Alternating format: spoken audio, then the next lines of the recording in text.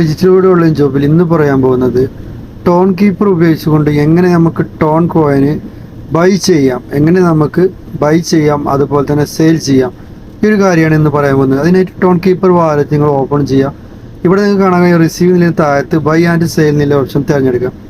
അതിനുശേഷം നിങ്ങൾക്ക് ഇങ്ങനെ കാണാൻ കഴിയും, ഇവിടെ നിങ്ങൾ ഷോ ആൾ എന്ന് കൊടുക്കുക. അതിനുശേഷം ഇവിടെ നിങ്ങൾക്ക് കാണാൻ കഴിയും വൺ റാമ്പ് എന്ന് പറയുന്നൊരു ഒരു ഓപ്ഷൻ കാണാൻ കഴിയും.